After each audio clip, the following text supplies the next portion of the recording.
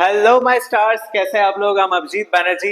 Last class में हमने accounting for partnership firm में इंट्रोडक्शन देखा कि वो है क्या। ओके, आज की क्लास में हम लोग पढ़ने वाले हैं प्रॉफिट और लॉस एप्रोप्रिएशन अकाउंट। प्रॉफिट और लॉस एप्रोप्रिएशन अकाउंट क्या होता है, तो चलिए आइए देखते हैं। तो प्रॉफिट और लॉस एप्रोप्रिएशन अकाउंट ये होता क्या है। देखिए, प्रॉफिट और लॉस एप्रोप्रिएशन अकाउंट बनाते हैं प्रॉफिट या लॉस को डिस्ट्रीब्यूट करने के लिए। ओके, ये किसके डिस्ट्रीब्यूशन का बात कर रहे हैं? ये पार्टनर्स के डिस्ट्रीब्यूशन का बात कर रहा है कि पार्टनर्स का जो भी प्रॉफिट होता है उसे डिस्ट्रीब्यूट करते हैं। जैसे कि हम लोग क्लास 11th में देखे थे कि एक सिंगल ओनर क्या करता था कि जो भी नेट प्रॉफिट बचता था वो घर लेके चला जाता था। मतलब कि जैसे प्रॉफिट और लॉस अकाउंट हम लोग क्लास 11th में बनाते थे, राइट, कि पर्टिकुलर्स, अमाउंट, पर्टिकुलर्स और अमाउंट हम लोग देखते थे, जिसमें क्रेडिट साइड हम लोग सारे क्या करते थे, इनकम लिखते थे, ऑल इनकम्स। और जितने भी हमारे डेबिट साइड होते थे उसमें हम लोग क्या लिखते थे, एक्सपेंसेस। ओके, एज्यूम करते हैं कि हम लोग इनकम मान लीजिए 10 लाख का इनकम हुआ, जिसमें से 6 लाख हम लोग एज्यूम करते हैं कि खर्च हो, राइट। तो जो भी हमारा पैसा बचता था उसे हम लोग क्या कहते थे, नेट प्रॉफिट कहते थे। तो 10 लाख में 6 लाख हमारा चला गया तो कितना बचा, 4 लाख। और ये 4 लाख जो होता था वो क्या करता था, ओनर घर लेके चला जाता था, राइट। बट अब हम लोग पढ़ रहे हैं पार्टनरशिप, और पार्टनरशिप में क्या होता है कि जैसे एक सिंगल ओनर अब पैसा लेके नहीं जाएगा, अब इसके साथ बी भी है, इसका दूसरा एक पार्टनर भी है। अब बी क्या बोले है कि भाई तू ये 4 लाख रुपया अकेले नहीं लेके जा सकता, अब मैं भी हूं। अब सारा प्रॉफिट जो बच रहा है उसका क्या होगा, डिस्ट्रीब्यूशन होगा। तो नेट प्रॉफिट का जो डिस्ट्रीब्यूशन होता है इसी को हम लोग कहते हैं profit and loss appropriation account. Okay, यही है हमारा प्रॉफिट और लॉस एप्रोप्रिएशन अकाउंट। तो हम लोग इसको अच्छे से जानते हैं कि प्रॉफिट और लॉस एप्रोप्रिएशन अकाउंट होता क्या है। ठीक है, तो आइए देखते हैं।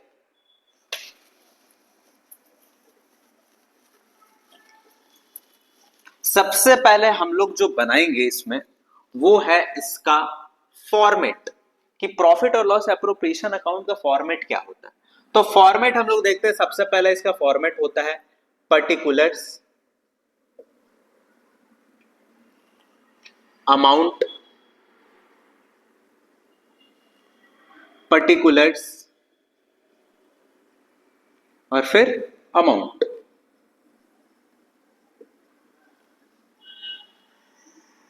एक चीज याद आपको रखना है, प्रॉफिट और लॉस एप्रोप्रिएशन अकाउंट आपका नॉमिनल अकाउंट है। और नॉमिनल अकाउंट का रूल क्या कहता है कि जितने भी आपके इनकम होते हैं वो हम लोग किस साइड लिखते हैं, क्रेडिट के साइड। और जितने भी हमारे एक्सपेंस होते हैं वो किस साइड लिखते हैं, डेबिट के साइड। आपको प्रॉफिट और लॉस एप्रोप्रिएशन क्यों बनाया जाता है, प्रॉफिट को डिस्ट्रीब्यूट करने के लिए। तो ये कौन डिस्ट्रीब्यूट करता है, ये फर्म।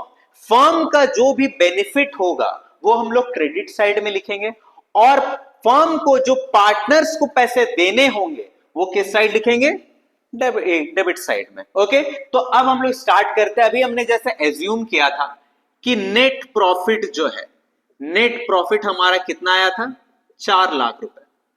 तो ये जो नेट प्रॉफिट आया है 4 लाख रुपए, ये फर्म के लिए क्या प्रॉफिट है, क्योंकि ये कहां पे आया, फर्म के पास आया, तो फर्म के लिए फायदा है, तो हम लोग क्रेडिट साइड लिखेंगे by profit and loss account, जिसे हम लोग क्या कहते हैं, नेट प्रॉफिट।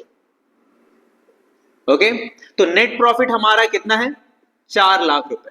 ये आपके क्वेश्चन में गिवन होंगे कि आपके नेट प्रॉफिट कितने हैं। ओके, साथ ही साथ अब हमें पता चला कि पार्टनर्स के पास, ये फर्म के पास 4 लाख रुपए आ चुके हैं।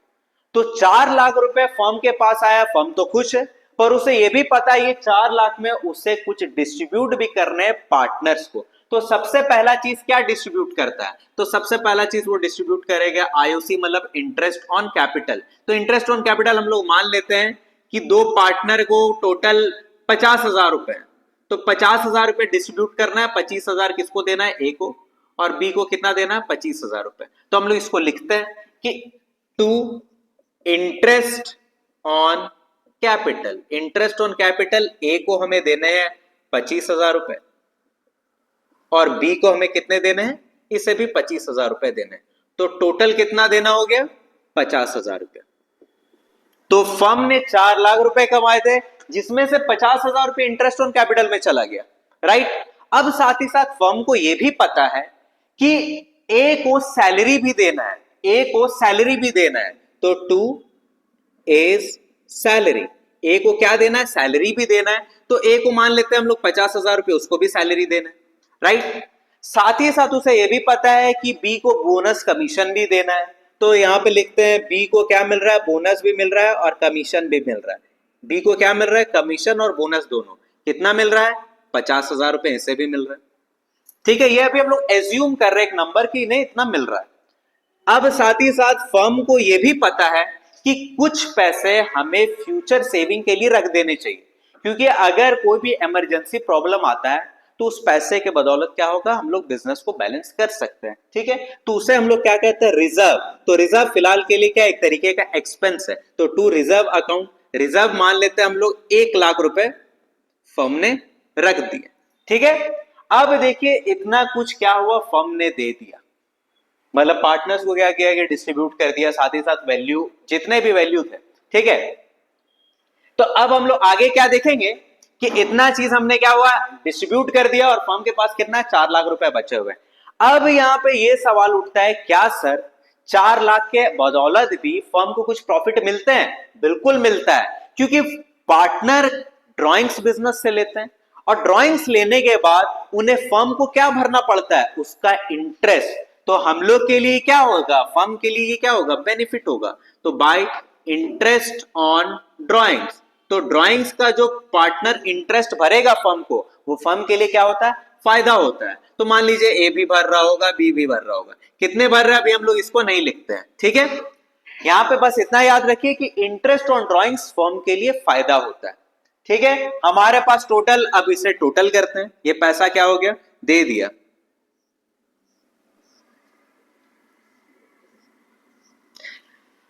तो टोटल वैल्यू कितना आता है कि 4 लाख रुपए कमाए थे फर्म ने, प्रॉफिट हुआ था, जिसमें से 2.5 लाख रुपए देने में चले गए।